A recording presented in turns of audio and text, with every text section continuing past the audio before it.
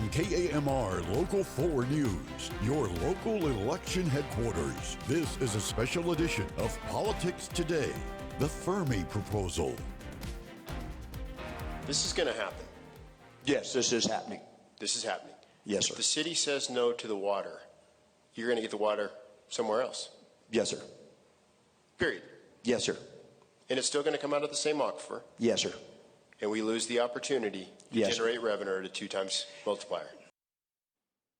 Fermi America, a company a lot of us haven't heard of before, but our area has to be ready or not to welcome what Fermi says is the world's largest energy complex. Welcome to our Politics Today Fermi America special. I'm Ari Farrell. We start at the beginning of what is Fermi. That is what the company says. It was named after Enrico Fermi, a Nobel Peace Prize winning scientist whose work and leadership led him to leading the team on the Manhattan Project, which was the development of nuclear energy and the atomic bomb. One of the founders of Fermi America says they had concerns about the Stargate project in Abilene. They said the area didn't have enough natural gas to build as fast as needed. Fermi also says AI companies across the world can't rely on the power grid for the power they need. So this company is looking to build a complex including what they say will be safe, clean, new nuclear power, the nation's biggest combined cycle natural gas project, utility grid power, solar power, and battery energy storage. We're talking about an epicenter. We're not talking about a data center. Data centers to me are fringe vulture plays on the electrical grid, okay? What we're talking about and what we felt like was urgent, Governor Perry and Griffin and I, was we needed to create a new epicenter for AI development in the country. So what will this complex look like and entail?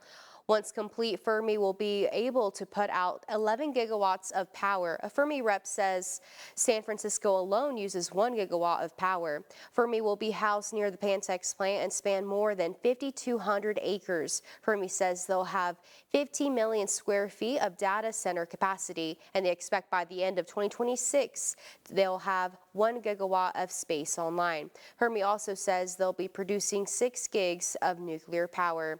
During last week's City Council meeting, both staff council members and Fermi confirmed they had been working with the city for 5 to 6 months about a water agreement. Because this project includes private businesses, city officials say they don't have to inform people about what they're doing or get the city's permission, except when it comes to the water agreement. But with so much controversy about this project, we caught up with Mayor Cole Stanley before Tuesday's meeting. So it's interesting to see that this project actually came through Pantex into my office. So I was at a Pantex. I think it was their first production unit. It was a ceremony. The Secretary of Energy, Chris Wright, was there. And that's where, Rick Perry had shook my hand and said, hey, we've got something we would like to bring to your city. The appropriateness of that was they had already engaged with an engineering firm, Park Hill, and so Park Hill was working on a few things.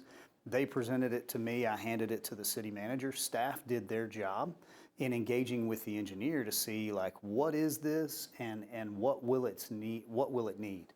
And then we know our ability and the capacity to produce and deliver water. And so we needed to take around 6 weeks at that time. And this is probably over 3 months ago now, 3 to 4 months ago that it first hit the radar. So it's not brand new, but we just haven't had enough information to be able to produce a conversation in public that speaks to what our role is. Our role in this is just water. You say that there are multiple things that make us, as the panhandle of Texas, attractive to Fermi. You're talking about one of the larger natural gas reserves out in that part of the country over there. You're talking about large fiber lines that run. You're talking about I-40, I-27. So these are all the things that our AEDC and other EDCs sell. We want industry to come here, and water is something that we do offer. So if you're a water user, we weigh that a little bit differently, but then we haven't told anyone no yet. So for us, the negotiated amount right now is 2x. So we have 2 tiers on the commercial side of our water billing department. And so that upper tier is $4.36 per 1,000 gallons. So you got to pay your fee for the usage in the meter annualized, but then you pay per 1,000 gallons. We've negotiated a 2x rate. So that rate of $8.72 is what they're willing to pay. Keep in mind at 2.5 MGD, which is very well within what we expect for industry. So POB, producers own beef, 3 MGD that we've expected to sell to them. A few others are like, I won't give the name, but a paper company, 1.8 MGD. I think CVMR, the project that never happened, 1.5 MGD. So 2.5 for us is a first step and a reasonable step in that direction. And that would equate to roughly $8 million annualized. Good follow-up. So the city struggles to put in its own infrastructure that we need in order to sell the good, which is the gallon of water. So Fermi is being asked, and they're agreeable to pay for all their own infrastructure. So multiple wells that'll need to be drilled, pipelines and connectivity. 200 million is what the engineers have estimated would be their capital contribution to our system. So they're going to pay the $200 million. Then they're going to gift it to the city. The city would adopt that infrastructure. Then we're going to turn around and sell them water. Now, we haven't agreed to anything yet, not even the 2.5. However, there was a letter of intent that we asked the staff, what do you think you could do? They signed a letter of intent several months ago that was 2.5 up to 5.5 potential. We asked Fermi, we said, you guys need to bring us the total, give us the maximum. Don't milk this thing as we go and constantly come back for the next ask and the next ask. So we asked them from the city what we would need in potable drinking water that we would be selling, because they have multiple places that they're going to have to get water from. Wastewater treatment plants, drainage, stormwater runoff, surface water as well, and then other landowners that are going to sell them water as well, be it all out of the same aquifer. What we're getting is infrastructure to the tune of $200 million plus. Then if you went all the way up to a 10 MGD, which was what their maximum ask has been, that's $32 million revenue to the city of Amarillo annually.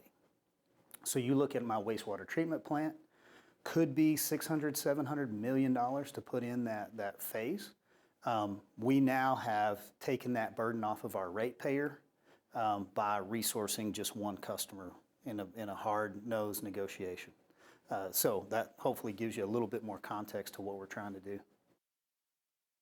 Mayor Stanley also addressed the continued water concerns using data from state officials and Councilman Prescott. Stanley says the water Fermi will use, even at its highest ask, he says they would still only use 0.32 of 1% of the total water usage throughout the top 26 counties. We'll also break down these water numbers later in the show. During the meeting, especially when Fermi reps were presenting, we kept hearing the phrase the AI war and how China is way ahead of the U.S. So let's break down what that means. The White House writes that whoever has the largest AI ecosystem will set the global AI standards and get economic and military benefits. Experts show that China uses AI in the healthcare industry, the auto industry, and for their military. Just recently, research was released showing that Russia and China have increased their use of AI to deceive Americans online and conduct cyber attacks.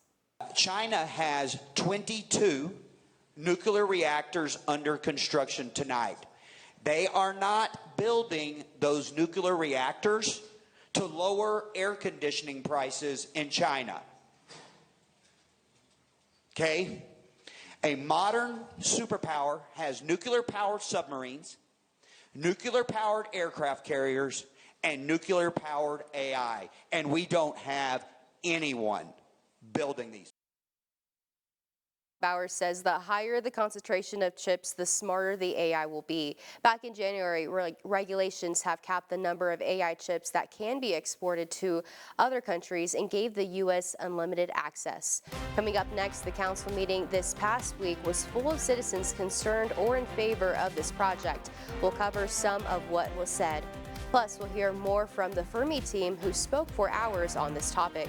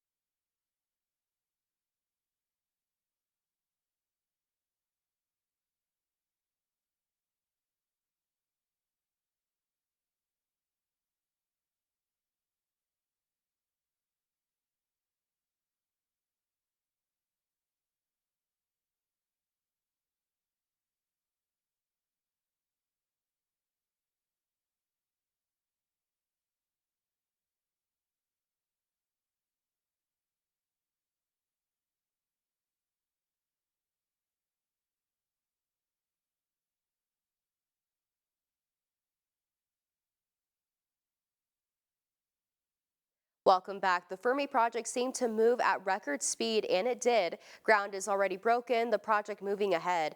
That is because these are private companies. They don't have to alert the community. Fermi apologized, saying they were not allowed to speak for a while, but pledged to be more transparent. Before that, though, citizens spoke for hours at the city council meeting, both for and against this project. Take a look. I think what I'm looking for is that the people that are going to put in a new AI power system, that we need that kind of thing and think about it at now, not now. We're looking for the things in the future. I look back to what we do. We've identified what is really possible in our city. I'm assuming that the people from Fermi, their strong nuclear team that they put together, would not want to site 4 AP1000 reactors in a location that only has a 20 years of a usable aquifer life. The next war is already going on, and this facility that we're talking about building out here and bringing online will help fight that next war. I am really concerned about the resources that these data centers are planning to take from Amarilloans and Texans. Our water, we've seen through other data centers that have been built, they get energy deals behind closed doors. Amarillo and this community has played a critical role in, let's call it the defense of our country, and I see it the same way. That's a situation we find ourselves in today. Where you lie on AI, it's kind of irrelevant at this point because it's here. AI is not really, hasn't been proven to be profitable yet. Nowhere they have been making a profit. They have promises on this technology to be profitable in the future, but it has not proven yet. I am 150% in favor of Fermi and what they can do for our community. At the end of public comment, Mayor Cole Stanley wanted to reset and remind people that this project is done by these private companies, and the only part the city is involved in is the water. Councilmember Prescott even reminded people that Fermi will get this water from the same water source, but the city would lose out on millions of dollars if they don't approve the water agreement. Another vote on that is happening at the next meeting. Fermi tapped former councilman and Amarillo Mayor Trent Sizemore as their community lead. He spoke at this week's meeting about his role with the company and his commitment to transparency. We've got that, and we'll hear more from the Fermi staff at the meeting next.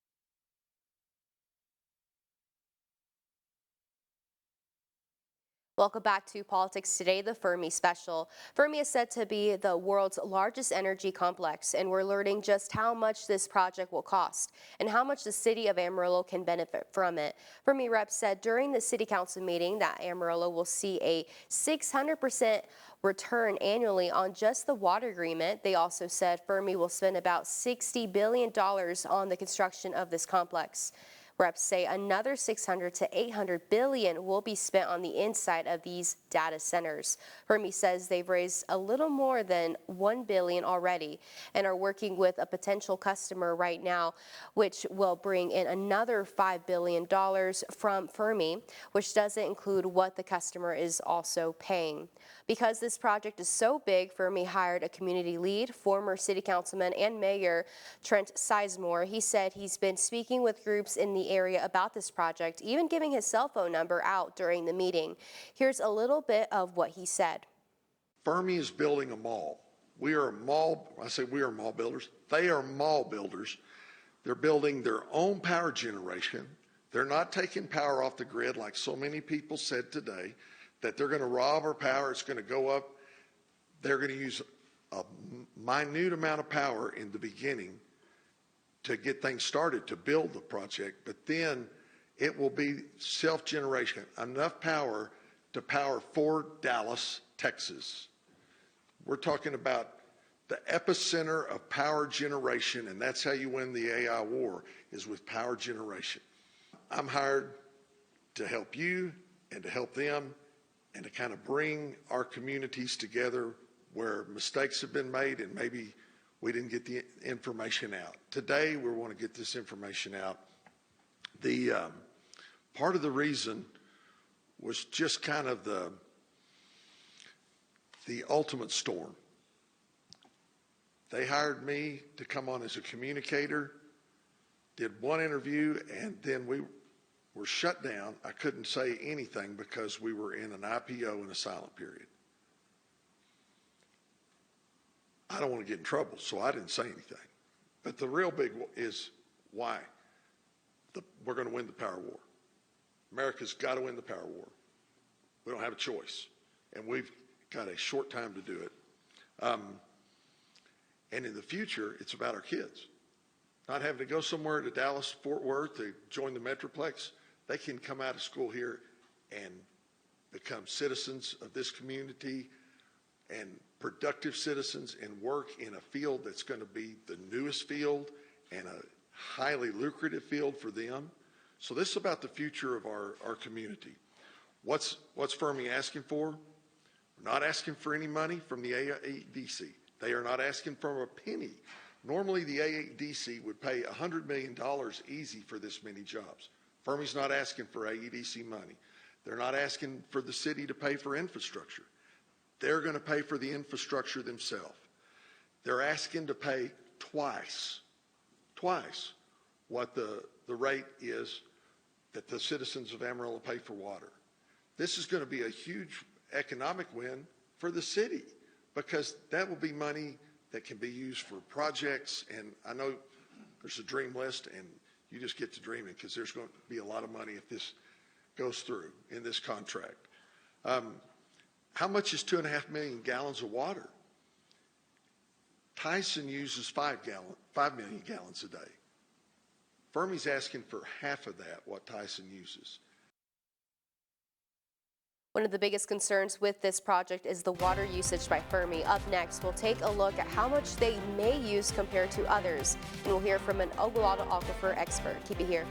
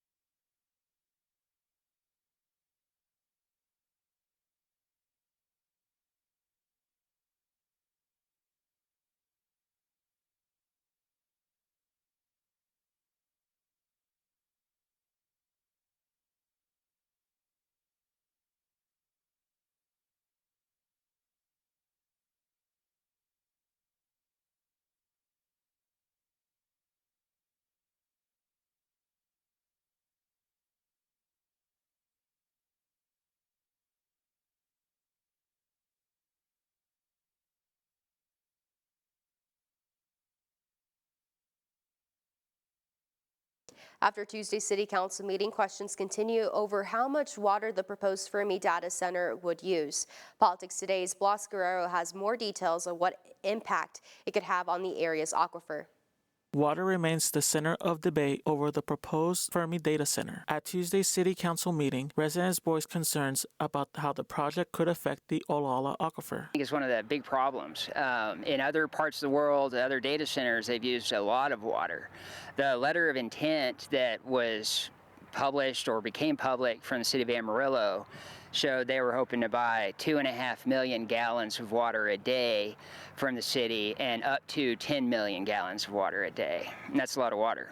Fermi officials say they understand those concerns, but believe the project's impact will be limited and carefully managed under local regulations. I'm not concerned about overuse of the Ogallala Aquifer. I wouldn't even be helping Fermi as a liaison if I was. The Ogallala Aquifer is huge, and Fermi will use water, but no more than anyone else, because you can only use 1 acre-foot of water per year. It's under the Water District regulations. And so Fermi's bound by the same rules that farmers are. Sizemore says the company's request for water would begin at 2.5 million gallons per day. Fermi is paying a rate twice what the citizens are paying, so it's advantageous to Fermi to find very efficient ways to use water because of the expense of that water. And so whether it's air cycle or cooling or hybrid cooling. Masters argues that even small increases in water use matter, especially as the region faces ongoing drought cycles. Biggest risk is whenever it stops raining for a few years, this city has to, get desperate to deliver water to its residents. And so, like what I'm worried about is my child's ability to live here in 20 years. Loss, thank you. Fermi says it will comply with all groundwater district rules and continue working with the city to ensure responsible use. At Tuesday's meeting, Fermi said they're wanting to use a hybrid cooling system, which is how they came to the 2.5 million gallons a day. Fermi noted that this water could be treated wastewater, saltwater, or effluent water. We'll wrap up politics today after this. Stay with us.